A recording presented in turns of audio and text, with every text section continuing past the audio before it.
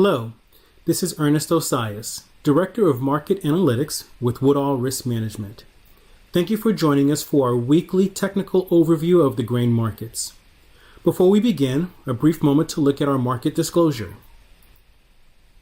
This is a solicitation, and there is substantial risk of loss in trading futures and futures options. Past performance is not necessarily indicative of future results.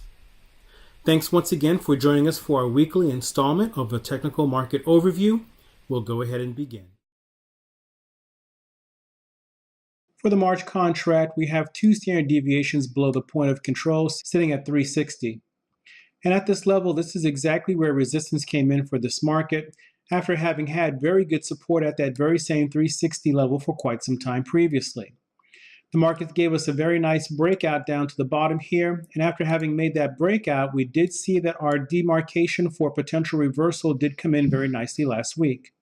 The market moved up from support near 348, came up to 360, and now we find the market making its way back down once again. We had mentioned before that this move up that we're looking for could very well be short-lived, and that one more leg down was probable, and that appears to be the formation that we're seeing right now, although we need to see what happens at the end of this week. In the event that this market does break down, we like somewhere in the neighborhood of 340 to 345 as a potential spot for this market to terminate, at which point we do think that a nice move to the upside could then proceed from there. In addition to the demarcation for the low that we had mentioned for last week, we also suggested that the beginning of the shaded area could very well be a turning point for the market as well. We can see from the chart here that both of those areas did work out very well. The market has since been moving down from making that top, moving up into that shaded area. And once again, we do like somewhere in the neighborhood of 345 for a potential final low for this contract. As evidence in this chart, we do have a demarcation point coming in at the middle of the month near December 15th, at which point if the market does move down into this area and finds good support, which also happens to be volatility-based support, we do think that this once again would be a very nice spot to look to make potential entries or to establish itself as a potential re-ownership area for the March contract. Moving on to January beans, if you recall from last week, we had two very important demarcation levels for this contract. We were looking at the $9.84 mark as well as the $10 mark overhead. And what we suggested is the side that the market breaks first would make for potential follow-through. Had the market made a close below $9.84, we believe that the market could very well make a run down to $9.60.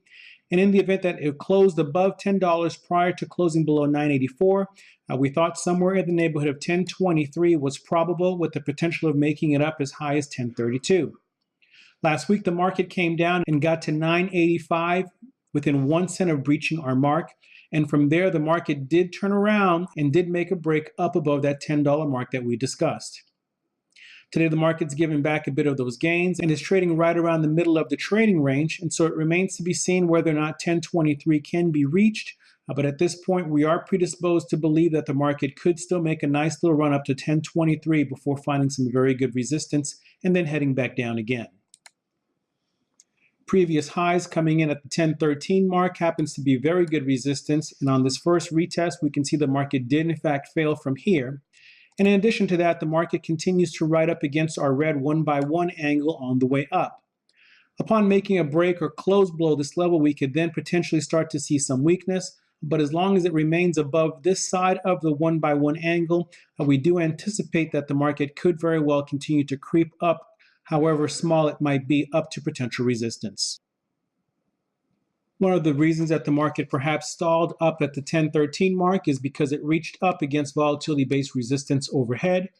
And as we make our way into our next potential time factor of December 7th, we believe that the market can potentially continue to move up into this demarcation timeline, and from there the market can potentially make a decline. Again, we have very good resistance overhead. In addition to having volatility-based resistance there, we do have our volatility bands, but they are sloped up a bit. And so currently we want to track where the market's going.